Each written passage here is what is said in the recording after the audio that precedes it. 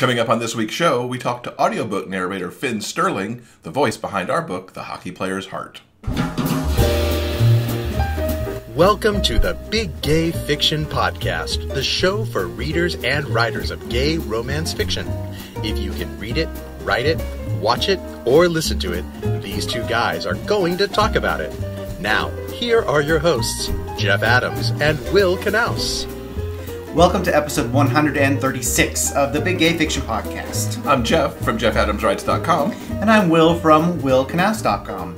This week's episode is brought to you in part by our remarkable group of supporters on Patreon.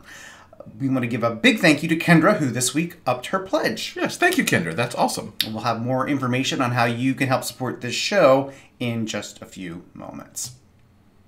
Welcome back, everyone. Got another episode, another great week. We hope you had a fantastic week as well. I've got lots of good reading, lots of great books. News, yes. The Schooled release went really well. I'm pleased with how everything went with the blog tour and everything. A lot of people got registered to get some free books, which was awesome. A note about Schooled, to kind of celebrate that, Harmony Inc. and Dreamspinner have made Tracker Hacker, the first book in that series, free across most of the platforms like Amazon, Barnes & Noble, iBooks, Kobo, and it's free through Tuesday the 15th. So you got a couple days if you want to go pick that up for free and get in on the Codename Winger series. Other stuff, it's been like a big Winger week. The Galley for Audio Assault, which is the third book, is now complete and has a release date of November 27th. So right after Thanksgiving, Theo gets to go have his third adventure, which is cool. Finalized the cover for Audio Assault and even ended up finalizing the cover for the fourth book. One of the options was so perfect. I went, that's book 4 before we ever had book 3 figured out. I love Aaron Anderson, my cover designer, on that. He does such a good job. And I continue to write on Winger 4, which is giving me a little grief. But you're going to finish it eventually. I will finish it. I have faith. I do too. I have the vision. It's just all these little pieces, parts to get this book right, because it's kind of the culmination of the previous 3. Yeah. Is, taking a little extra time. That's okay. We do want to give a congratulations to Mark, Maureen, and Katie. They were all winners in the Keira Andrews ebook giveaway we had, and they all each got a copy of Valor on the Move. And we have another giveaway coming up this week because we're going to give away some Audible codes, and we'll talk more about that a little bit later. And finally, last bit of news, Tammy Middleton let us know last week that the Autism Awareness Month auction that she was running in April raised about $2,400, which is awesome. Thanks to everyone who took a moment to bid on those great items to support this cause. In The Hockey Player's Heart, the feel-good gay romance by Jeff Adams and Will Knaus, hockey star Caleb Carter returns to his hometown to recover from an injury.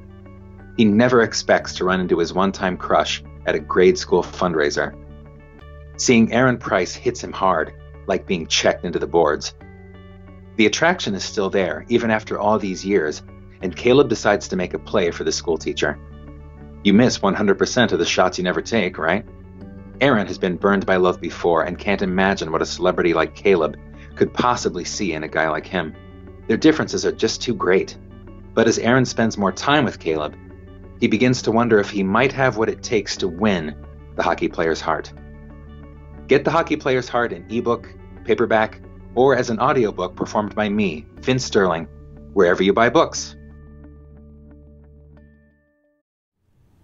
So before we get to the book palooza, which we kind of have for this episode, quick look over at TV. We have actually been watching a little tiny bit of Dancing with the Stars. I mean, we abandoned this program a few seasons ago because they were kind of getting the bottom of the barrel on some of those celebrities. But how can you not watch Adam Rippon on Dancing with the Stars? I've enjoyed his 2 performances so far. He seems to be dancing really well, which is kind of not a surprise because he's already used to taking choreography for skating. But he's turned in some really good performances, and of course he's a delight to watch on TV anyway. Have you enjoyed his 2 weeks so far? I have enjoyed it as well. I think he has given that stodgy old show a good shot on the arm that it so desperately needed. They've also changed the format of the show. Instead of the bloated competition that it has always been, it is a short summer 4-week run, which means that they are having performances and eliminations in the same episode. And there are only 4 episodes. So. Yeah. And we're actually halfway through as of this week, so only 2 more weeks to go. I don't like this trend that has happened where only the East Coast gets to vote live. It's a little annoying to have to remember to vote between like 5 and 7 p.m. West Coast time before you could even see what's happened on the show. But Adam gets all the votes for this anyway. So my one gripe is that they have yet to send him up to the skybox to talk to Aaron. When he performs, he always has to skitter off to do something else, or it's time for the eliminations. And I'm annoyed he hasn't had a post-performance interview yet. So hopefully they'll fix that in the next coming couple of weeks. Off to book review land we go. Now, you're going to kick us off. You went down a wrestling path this week. Now, generally, sports romances aren't not his thing. They're not my thing, but let us remember that there is romance in sports romance, so that's fine. And let's remember, I made you write one. Yes, you did make me write one. You did make me write one. Here's the thing about wrestling. You would think I would love wrestling to pieces because it's got big, brawny, good-looking men and, tight, flashy outfits, and they're very outrageous and theatrical. I mean, that's like totally my thing. But despite all of that, eventually they end up like wailing on one another. And that's just not my particular kink. So while I don't appreciate wrestling, I did appreciate Christa Tomlinson's Showing Him the Ropes. That is the first book in her Champions of Desire series, which personally gets my vote for best series title ever. Ever? Wow, okay. Champions of Desire. How can you not want to read that book? Come on. Okay, so Showing Him the Ropes is about Chance. His character that he's been playing for many, many years is the Chancellor. He is a heel, i.e. a bad guy, on this pro wrestling outfit that he's been working with for many, many, many years. He's essentially the grizzled veteran who has to take the new guy under his wing. The promoter has found new talent, and he wants to make sure that Devin does things the right way and is introduced into the storylines correctly, and he also wants to make sure that he behaves himself and doesn't get start off on the wrong foot. So he gets paired with Chance, and Chance is the gruff old veteran, and Devin is the perky, fun new guy. Devin has admired the Chancellor for many, many years. He's had a crush on him forever, so he's kind of in heaven.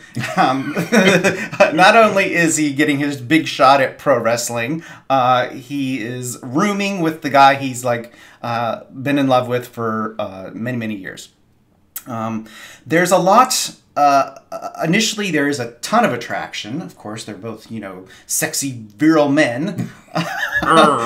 So there is an immediate attraction between them. But Chance, as the older pro, wants to keep Devin at arm's length because, they need to keep things professional. So there's a lot of go away, come here. When it comes to their interactions at the beginning of the book. Eventually they begin to give in. There's some kissing and some fondling, and eventually they kind of hook up, and Devin is doing really, really well. They introduce him rather quickly into the rotation. Fans seem to really be into him. But one night he gets a little cocky and goes off script. And ends up injuring himself in the ring. So that means he's got an injury that he has to rehab, and he's out for a couple of weeks. He ends up staying with Chance at his house while he gets better. And that's sort of They can't resist each other anymore. Is there a touch of forced proximity there, perhaps? Forced proximity, yay! I love that. Okay. So essentially they start down the path of a relationship, even though it's not the best idea in the world. Anyway, so while love is blossoming, there's some stuff going on. Someone from a rival outfit is stealing some plot storylines from some of the things that they've gone on. So there's a little bit of wrestling intrigue that they have to deal with. The hard partying champion gets sidelined. So the championship belt is like pretty much up for grabs. And Devon is at the head of the list. Also during the season, the most of the book takes place over a couple of months, essentially the length of the season that they're like out on the road. They do several live shows and then a televised match every weekend. Mm-hmm. So they're on and off. And it all leads to the big championship match at the end of the season. Chance is essentially decided he's going to retire. And the final match is between Chance and Devon. Of course it is. It has to be. And here's the thing. I was like deeply invested in how this match turned out, which is utterly ridiculous. I mean, it's all planned out ahead of time. It's all choreographed. We know exactly what's going to happen, but it was still really important to me as a reader. And I think that speaks to how well we understand the emotions and what is at stake for these characters. So thank you, Christa Tomlinson. I really, really love this book an awful lot. And I'm really looking forward to the second book in the Champions of Desire series. So I highly recommend this one. Mm-hmm. Yeah, and Christa, we can say, will be on the show in the coming weeks. So we'll get to talk to her about yes, something to look forward to. Creating some wrestling romance. Next up is a book we actually both did at the same time. Lucy Lennox seems to have become our go-to book for road trips. And we downloaded and listened to Wildfire on a recent road trip that we took, which is the third book in her Forever Wild series. I'll just say up front, I loved it so much. Mm-hmm. The story of Fireman Otto, and who is the Wilde of this book, and Sheriff Walker, who was a childhood friend and first love for Otto. Would you like to give us the rundown on this book, since you do the rundowns much better than I do? Well, you essentially summed it up in a nutshell. Otto Wilde is retired from the Navy, and he's come back to the small town of Hobie. I believe it's in Texas, right? Yes. Yes, it's in Texas. To Hobie, and he's essentially going to join the fire crew there, only to discover that Seth Walker, his long ago love, has become sheriff of their small town. Both of these guys are they're damaged. Yeah, they're damaged. They're damaged because their relationship fell apart. And they're damaged because of things that have happened in the 10 years that they've essentially been separated. Yeah, so they have to navigate some of essentially the bulk of the book is them trying to navigate the baggage of what happened during those 10 years. What was actually really, really nice is Lucy began each chapter with a short note. Otto and Seth wrote letters back and forth to one another. That way we could essentially frame each chapter with something that happened in the past with the two of them without having to go into a flashback or something like that. So that was actually really well done. It really gave us frankly a deeper understanding of where each of these characters are coming from and the issues that they have to navigate. As with all of Lucy's books, there is a large secondary cast. both Otto and Seth have to deal with the trials and tribulations of various family members before they can find their happily ever after. When they eventually do commit to one another, unfortunately they have to deal with an arsonist that is plaguing their small town. So, once again, Lucy hits it out of the park. It's a really great book. As always, I think Lucy excels at really rich, deeply emotional stories and characters that we care for in the best possible way. Mm-hmm. She was so deft with the way she did flashbacks, because flashbacks often the way she didn't do flashbacks. Well, did but didn't. She gave you that past. Those letters are super short. I imagine on a written page, they probably don't take up an entire page. So you get that little nugget of their past, which is so important, without ripping you out of the present story. And these letters, there get to be some where they've written them and not sent them for reasons. And it'll be like you get the letter and then it's like unsent. And it's like, oh. And that, every time that happened, it just stabbed at my heart that there were these letters that didn't get sent for very good reasons. But still, it was like, this book was really tense. It made me ever so tense as we were in the car, like, oh my God, what's going to happen? Even though I knew there had to be a happily ever after on the other side. So yeah, once again, she just nailed it with these Wilde books, and I look forward to 4. I don't know who it is, but there's a few options that came out of this book that I'm like, ooh, maybe that person or maybe that person. But yeah, look forward to seeing where she takes this. And the narration, I believe it was Michael Pauly. Michael Pauly once again did a wonderful job. Big Big thumbs up to him as well. Yes, so we both highly recommend Wildfire by Lucy Lennox. Yes. Now, you read a book. I read a couple, actually. You got well, first let's talk about a sneaky peek. Yeah, this is a little sneaky peek. I actually read this one a while ago, too, because I had the sneaky peek. So, Nothing Happened by Molly Booth. Now, this releases on Tuesday. It's a YA. And I actually found out about this book very early this year when Sarah Wendell and the clan over at Smart Bitches did their year in, like, their what they wanted to read in 2018 that they were really excited about on the podcast the first week of 2018. She mentioned this in episode 280, and I was like, yeah, I need that book. And went immediately over to NetGalley to snag it. This is essentially Much Ado About Nothing at summer camp. We've got sisters Bea and Hannah, who actually live at Camp Dogberry because their parents own it. And they've loved going to camp since they were kids, and now that they're older, they're actually counselors. And for Bea, this is likely her last year because it's time to go to college. Now, Bea was all excited about this being her last year, but then Ben came back, even though he wasn't planning to. These two had some kind of drama last summer. I was never the same again after that summer.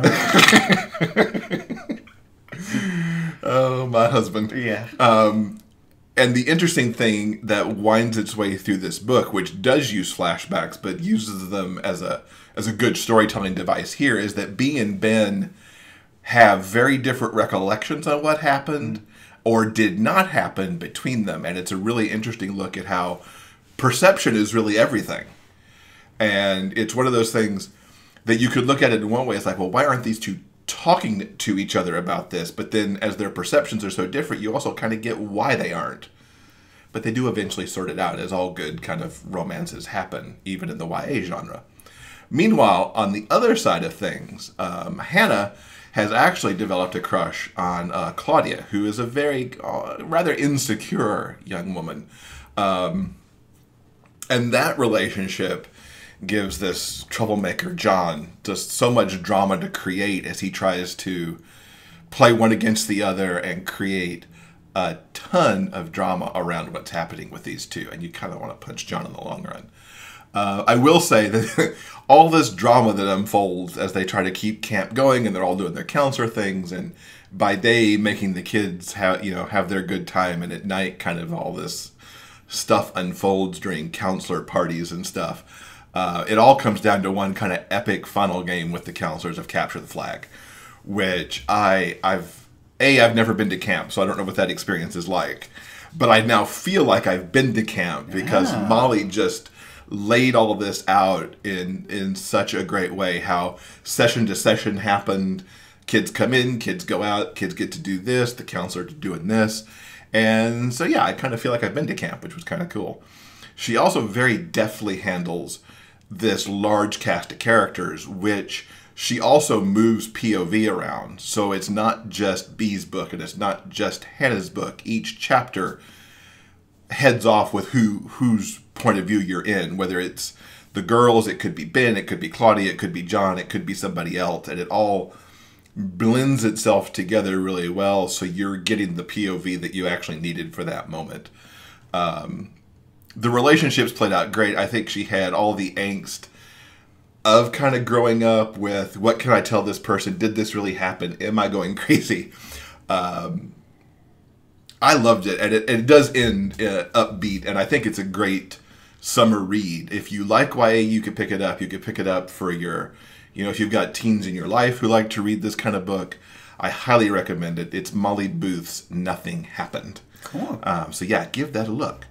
And then I finally got the opportunity to pay my visit back to the Simonverse, as it has come to be known, with Becky Albertalli's sequel to Simon and versus the Homo Sapien Agenda, called Leah on the Offbeat.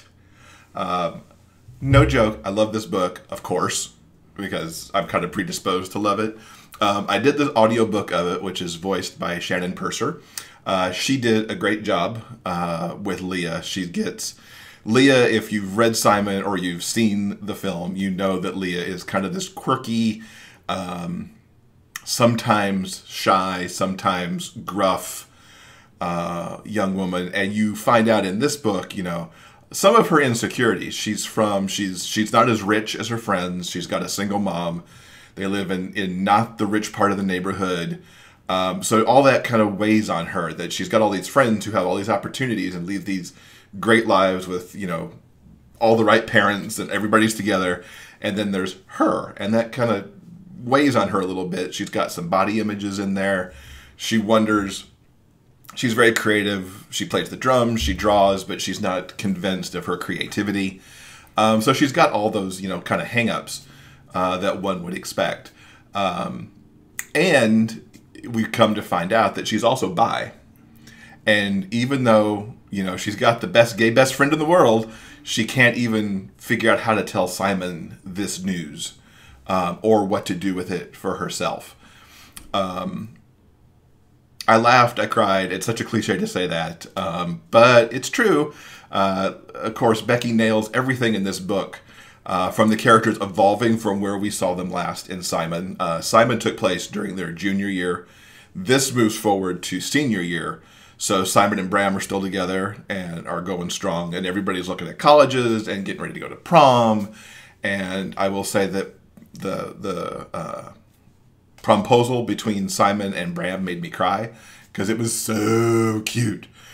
The prom itself goes very much into John Hughes territory, which is awesome. Yeah, I can't say enough about this book, and I was predisposed to like it, and I did, and I hope there's a movie maybe because Leah can have the sequel to Simon. That'd be good. And I would totally be into that. But yeah, it's a deep dive into her world. It's all her POV. But fans of Simon will love it too, because Simon, being her BFF, is all over this book.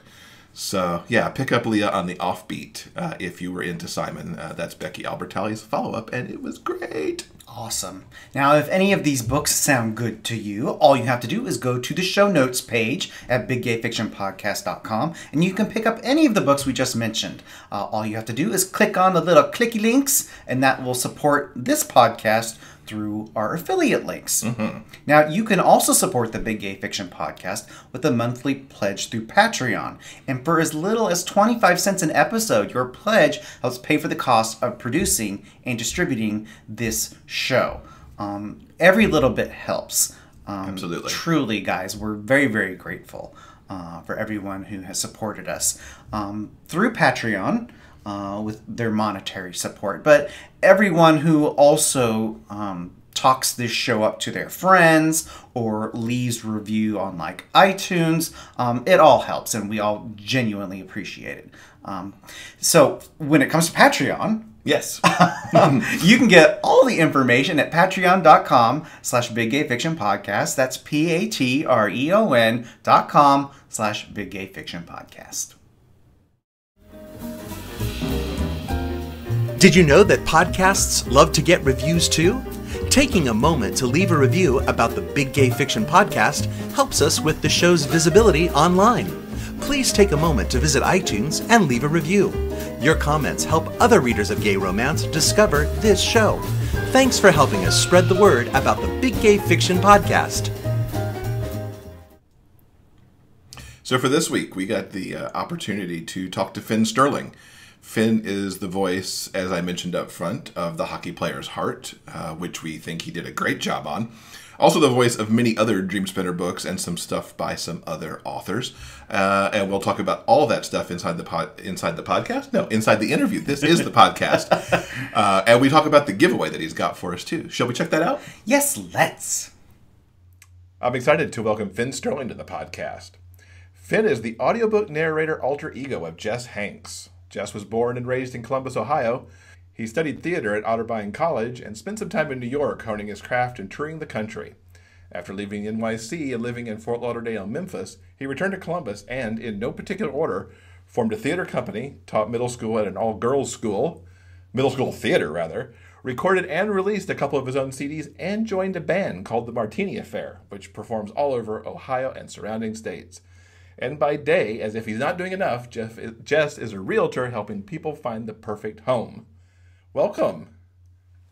Thanks. You're a busy guy. Yes, I am. It's I was telling somebody recently about my schedule, and they were curious as to when I slept, and it's kind of whenever I can. I mean, I can get by without a lot of sleep, so that's kind of a good thing. Yeah, I keep busy. Because this is a lot of stuff you've got stuffed in here, and an audiobook narration on top of all of it. And of course, yeah, we're thrilled to have you here because you did our book, The Hockey Player's Heart, which we adored the narration that you did for it. It kind of captured Caleb and Aaron so well. Oh, good. How did you get started in audiobook narration with all this other creative stuff that you're already doing? It was kind of by accident, and it was sort of an offshoot of the Martini Affair, the band that you just mentioned. We have a guy, we were playing a bar in a nearby town, and there was a guy running sound for us that night, and he introduced me to what are called in-ear monitors, and so he and I developed a really nice bond. And I asked him to come over to my house and help me with some studio stuff that I was working on. And he, as we were wrapping up with that little project, he says to me, well, I have to get home and get back to my studio at home because my wife and I do on-book, we do voiceover narration for audiobooks. And so I was like, oh, well, I majored in theater, and so I know about, theater and creating characters and things like that. So if you ever need some additional help, let me know. I'd love to, to do some work for you. And he says, yeah, that's totally cool. But I need to let you know that it is for the genre that we do is gay romance novels. And so I was like, hey, whatever, let's do it. Let's see how it goes. So like I said, it was kind of by accident, but a very happy accident. Because I've really enjoyed doing this work. I don't do theater that much anymore. The band takes up a lot of time. So this is a nice little theatrical outlet for me. I still get to perform with the band and a couple other things that I do here and there. But this is just a nice and a pretty easy, low stress way to create characters and perform in and of itself. So that's really nice. Sure. And essentially each book is kind of a one-man show where you're doing, easily, I imagine in most of them, at least a half a dozen characters, if not more. Yeah, at least. Yeah, usually more, but definitely anywhere from 6 to 10 is pretty normal. Yeah. Yeah. What's your preparation as you start up a book? The first thing that I do is I really like to see the characters in my head and see how they interact with each other and see what sort of brings them to their highs and takes them down to their lows. That's first and foremost what I do, is just see them in my mind's eye. And then as I read, the more I read in the book, I sort of develop not only a visual representation of that character, but also an aural, AURAL representation, just how they sound and what their voices sound like and what their regional dialects might be. And are they a high voice, a low voice, nasal, in the throat, and all the things like that. And then, a big part is making sure that I know how to pronounce and understand all the words correctly that I don't see on a regular basis in my own everyday life. So I think that's the gist of it, seeing the character, hearing the character, and just understanding what makes them tick and putting that into, it's hard, not really hard, but it is challenging figuring out a way to make them, how do you make them come across physically through hearing their voices? And so that takes a lot of visualization on the narrative. And so I think those are sort of the main ways that I approach the book and each character therein. And sounds similar to what I might expect, like if you were preparing to portray any one of these people on stage, just finding that absolutely thing. Yeah. Except it's interesting how you mentioned trying to find the physical representation to bring that through in the audiobook. And I think to the characters that we had, where we had like the big hockey player and then the school teacher. And physically, and then even in the book, they're described, different, because obviously the hockey player is kind of big and sure. The school teacher is more your normal average Joe. Right.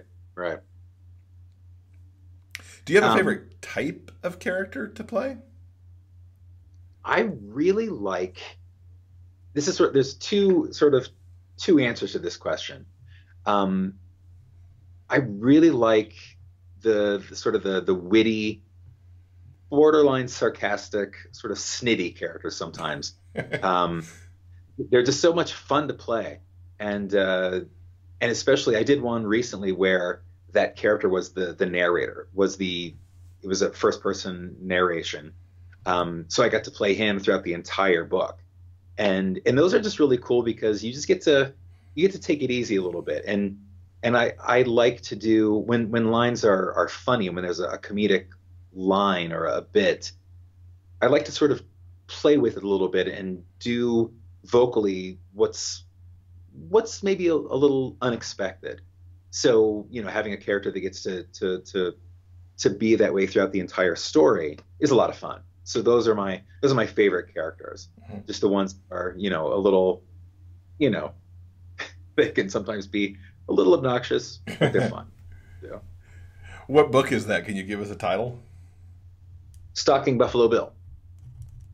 And it's kind of like a story where these two guys are, they have these animal personas. So they're not quite werewolves, but they do change into animals under a certain set of circumstances. Mm-hmm. Shifter books are very popular. Yes, they are. They are. And how often do you get to do first person? Because so often romance is in third. Yeah, and not very often. I mean, I think of all the books I've done, and I think the number of books that I've done is somewhere between 15 and 20, maybe. That's about right from what I've seen on Audible, yeah, with what's out at the moment. Yeah. And I think there have maybe been two. Out of all the ones I've done, I can think of two where it was a first-person narrative or narration. Mm-hmm. Is there a preference to that, or is it just a different set of approach? A preference for me, you mean? Yeah. It's fun being able to play a character throughout the entire story. With the narrator, you have to be impartial, and you can't really give away too much of the. I think as the narrator, at least for me, I don't like to give away too much of the characters' emotions, because I think then you run the risk of maybe spoiling some things somewhere further down in the story. So I like being able to really have that emotion throughout the story as the first person narrator. And you get to just having personality throughout the entire story is just, I kind of like it. It's fun.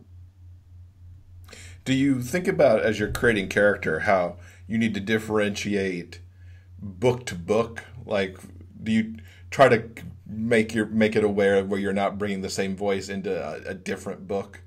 Or because it's a different production entirely, does that really matter? It does matter to me. I mean, I don't like, and I know that there have been some characters who do sound similar. But for me, I don't really like to repeat myself. I like to keep things different.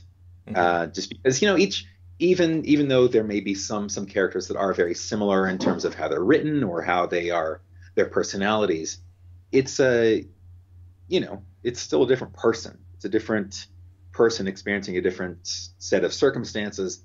And so I don't like to, I'd like to put as much thought into the characters as the narrator as the writer has, into the characters that they've created out of thin air. That's very cool. What appeals to you most about voicing romance? Because most of your catalog is romance, and in particular, most of it, the vast majority of it's gay romance. Yes. It's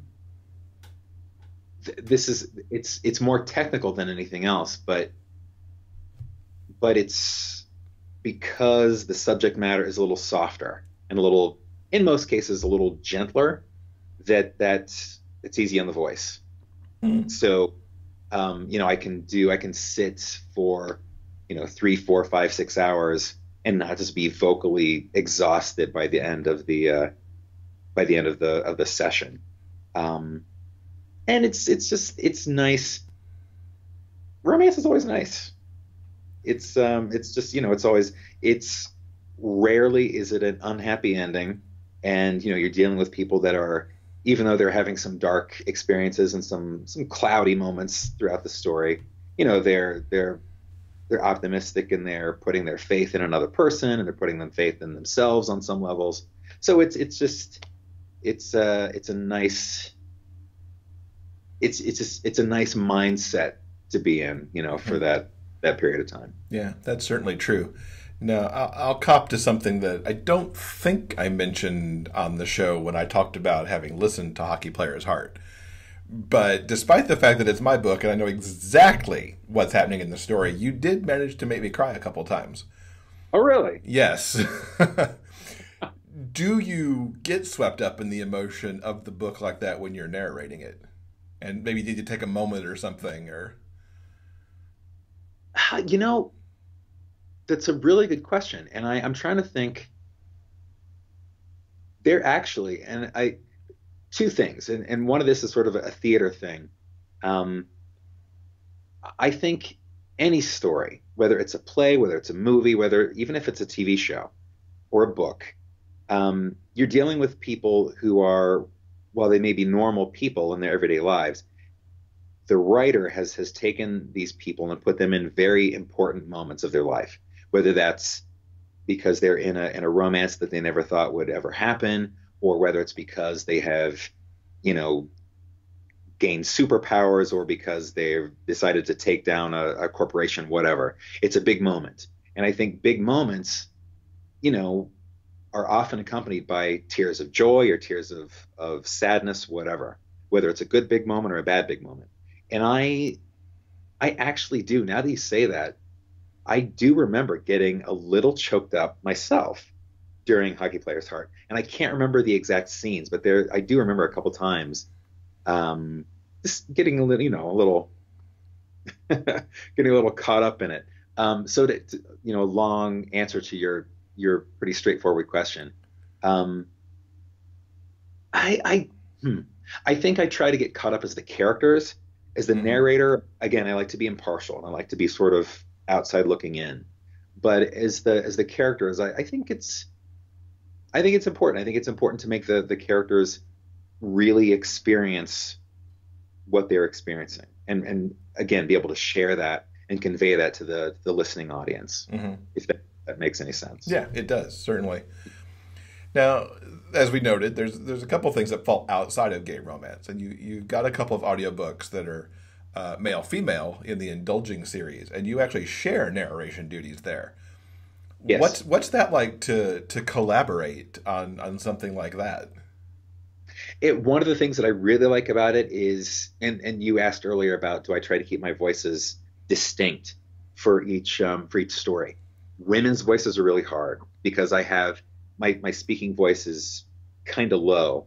So to try to come up with, to try to create female voices can be really challenging. So, and I think having a woman be able to, having a female narrator be able to do the female characters, it's pretty great. But I think as far as the collaborative aspect of it, we talk in advance, or at least communicate through email or text or whatever. So everybody's pretty much on the same page, and there's not really, everything is pretty written. Everything is, since it's already written out, there's not a lot of guesswork on either of our parts, so that I like it. I mean, I also like being able to hear the other side of a conversation, hearing somebody else's voice and how I, as the character that I'm creating, react to that is kind of interesting. Do you record together in those situations, or are they just separate? And I think once we did, and this was a while ago, so I don't remember if we actually did record together or if we just sort of did like a quote unquote screen test, sort of an audio test for it. But I think one we did and one we didn't, and there's not a huge difference either way, at least from my experiences. Well, we know whole duets can be done in music where the two singers are never in the same place at the same time, never even hearing each other. So right. Now you've also got the sci-fi series Empires of War, which totally different, which I'm imagining is one of the places where you need to know how everything is pronounced because it's like made up stuff in some cases. Yeah. How sci-fi for you to do? I imagine you get to use your deep baritone there a little bit more, perhaps. I do, and that was one of the interesting things about that one was I created. I don't remember the creatures' names that were the villains in that series.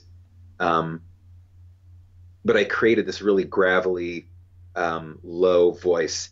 And then, as we keep reading these books, more and more of these characters keep coming up, and so I had to keep figuring out a way to make each one of them different. That was tough. But that was just being in a whole other genre. It was cool being able to, sort of put yourself in a place that's not on this world, characters that are dealing with a completely different set of issues and moments. It was pretty awesome. But I still think I like the romance a little bit better.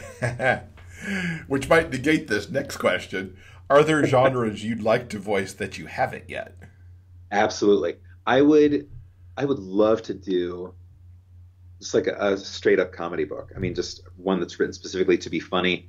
I just like those a lot. And there are some comedic characters in some of the books that I've done. But being in the romance genre, you don't really want to focus too much on the comedy. Otherwise it sort of takes away from the romantic aspect of it. But I would really like to, just instead of having one funny character play off, sort of a serious character or a character who's full of self-doubt and despair, having two characters play off each other would be a lot of fun. I think that'd be a blast. And I think also, with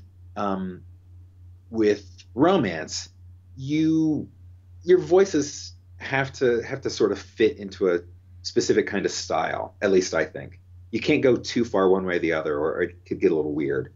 With comedy, you can really, go all out and really play around and really do some experimentation that I think would be fun too. Well, for authors who are listening, there you go. Find the comedy, send it over to Jess, see what happens. What do you read separate from your narration? Kind of like what's on your bedside table? I read a lot of books about real estate, just to sort of keep in that loop. I have recently, I've had a lot of classic novels on my shelves for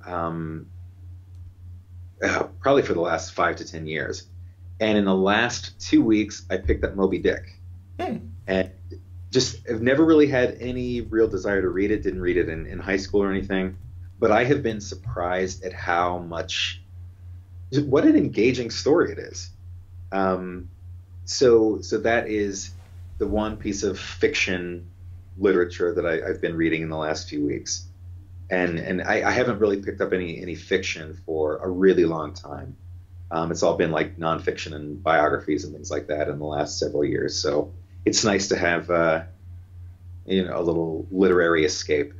Sure, and it's like totally different than what you're voicing. Well, although I have to say, the relationship between Ishmael and Queequeg, I'm not really sure what all's going on there. There's even some things that I'm questioning if they were euphemisms. So I don't know. It may not be. It may not be all that different. It's like, how many books do you tend to do in a month, in a year, from on the narration side? Oh, that's a good question. I'm gonna say anywhere from, it takes me about 4 or 5 weeks, just based on my schedule, to narrate, to get through. Although the last couple ones that I did, I would just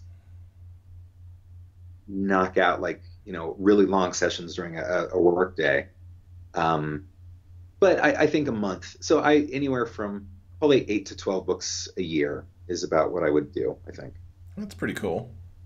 Yeah. Keeping it going.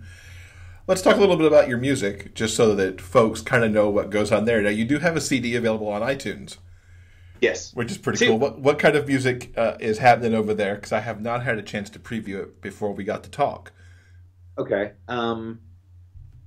Someone once described it as a combination of Steely Dan, Radiohead, and The Police, because, which, is great. And I can't remember, I think the chord progressions were a little Steely Dan-ish, and they said that the guitars sounded very Andy Summersy. I don't remember where the Radiohead thing came from, but it's just fairly pretty laid back music. That's a good way to put it. Pretty laid back. I'm working on some more stuff that I would like to kick it up a notch.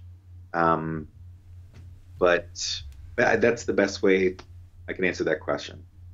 And sorry, songs that you wrote, or? Yeah, and I did all the instrumentation. I did the mixing and the mastering. I think that's one area that I would like to go back and redo, because that's my area of least experience. So I need to keep working on that. But a couple people from Germany emailed me and said, "Hey, I really like your sound. That sounds really good." So that was cool. That's very cool. Yeah, we'll link up to it in the show notes, and people can go take a sample on iTunes. Thank you. And this band you've got, Martini Affair. Yes. What's that about? That is about 5 people getting up and acting. First of all, doing top 40 dance music, to Black Eyed Peas or Pitbull or Kesha. Just to name a few. And we do from 90s, 80s, contemporary. And it's about 5 people getting up, all acting like 7-year-olds that are hearing their favorite song. I mean, we just literally, if you find us on Facebook at The Martini Affair, we have a Facebook page, and you watch some of our videos. I mean, there's a lot of jumping around, a lot of just people that are really having a good time, the five of us. That's how I would describe it. It's a lot of happy going on, which is great. Yeah, and then it's a good opportunity for people that have maybe had kind of a rough week or a stressful last few days. They can come in to wherever we're playing and, have a few drinks and just cut loose for a little bit and sort of forget whatever negatives they've been experiencing in the last, however long it's been. That's very cool. We'll link up to that Facebook page too and let people check that out. Awesome. Now, we do have a giveaway. We've actually teamed up with Dreamspinner to give away Audible codes to 4 lucky listeners so that they can grab one of your audiobooks. And you've done some really great stuff with some authors. So it's not only including Hockey Player's Heart from us, but you've done work for Casey Wells, Mary Calme, Stu Brown, P.D. Singer, Scotty Cade, and some others. Yes. And in the show notes, we'll have a link to the Audible listing of all of your titles so people can check that out. And we'll have a raffle copter on the show notes so that people can go enter some information and see about getting an audio code so they can get one of your books. Beautiful. How can people keep up with the Finn side of your life on social media? You're not an easy guy to find in my research. And I was I'm like 90% certain that I started a Finn Sterling Facebook page a while ago, but I think after just not being too active on it, that Facebook decided to shut it down. And there apparently are some real life Finn Sterlings, and I don't know where they are, but I was kind of shocked to see that. So I'm going to, I think, maybe open up a Twitter account. Maybe I'll do some Instagram stuff, and who knows? Maybe I will. I'll open a Twitter account tonight. I will do that after you and I get off this call. All right. And send that link over, and we'll link up to that in the show notes too, so people can tell you firsthand what they think of the books that you're voicing. That'd be great. And if I do open up an Instagram account or another Facebook page, I'll put that on my Twitter feed. Or in Finn's. How did you come up with the name? I mean, we should ask that, since you were surprised to find Finn Sterlings. A friend of mine and I, I was on my way to, like, John, the producer, told me, you probably want to come up with a pseudonym. And so I called my friend and said, look, I got to think of a fake name, and I've got like 5 minutes to come up with this.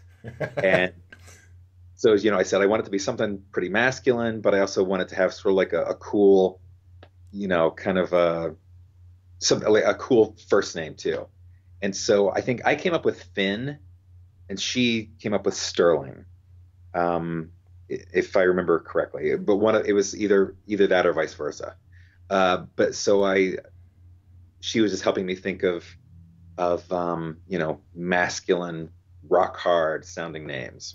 It's a good name. I like it a lot. So well done to both of you for that one. And thank you for letting us out you as Jess Hanks on the podcast.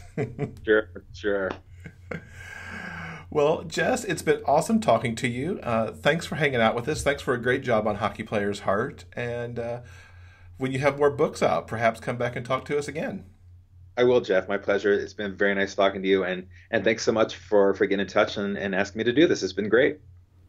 So thank you once again to Finn for joining us here on the show. That was a great interview. Yeah, it was kind of cool to get to out him as his real alter ego, Jess.